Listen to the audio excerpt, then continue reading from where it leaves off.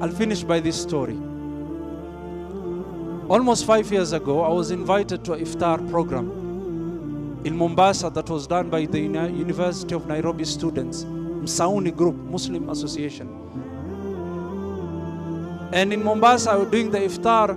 One of the brothers that were inviting me, and I was giving the lecture, they said, Sheikh, this is a new Muslim. He's one of our lecturers.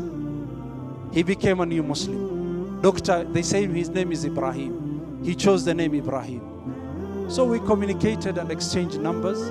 That was in Ramadan, 5 years ago. On the day of Eid, I saw a lot of missed calls from him. And I wondered what was going on. I returned his call later on. And he said, Sheikh, I was looking for you all day. Then I told him, sorry, I was busy with my family. Tell me now that you have my intention, what is it? He said, Sheikh, I have a situation. I want to change my name from Ibrahim to Qasim. I asked him why. He said, I sent some gifts to my mother and she received them a day before Eid. So she went and took them from the day of Eid. The day of Eid, she got the message and she went to the bus and she took the gifts. And she called her son and said, my son, I got the gifts, but what is the occasion? What is the occasion? Then he said, Mama, here in Mombasa, we are celebrating Eid. And she said, what do you mean we? Are you a Muslim? The doctor said, I was afraid to lie because I'm a Muslim. I just told her the truth. I said, Mama, I'm a Muslim. And the mother asked, did you meet an Arab girl in the coast? That's why you became a Muslim. Then she said, no, Mama. I'm an educated person. I'm a Catholic. I was a Catholic. I did a lot of research. But this is something that I made. This is my choice. Then she asked, what is your name?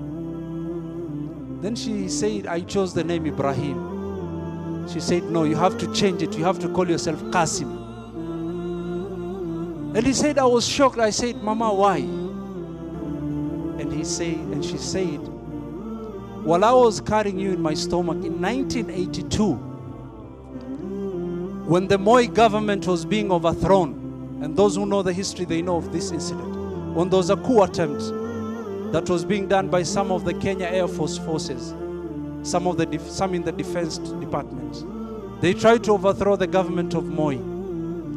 I was inside the town when that day happened, and people were being shot and guns and everywhere. And I was carrying you in my stomach. I was heavily pregnant.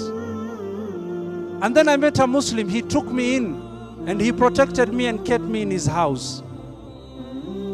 And he took care of me until everything was settled. There were no mobile phones. I could not call your father. There was a panic mode. Then later on, after everything was settled, he took me to the bus and paid my fare. And his name was Qasim. If you're going to be a Muslim, you have to be called Qasim. Takbir. Takbir. We don't know who this Qasim is.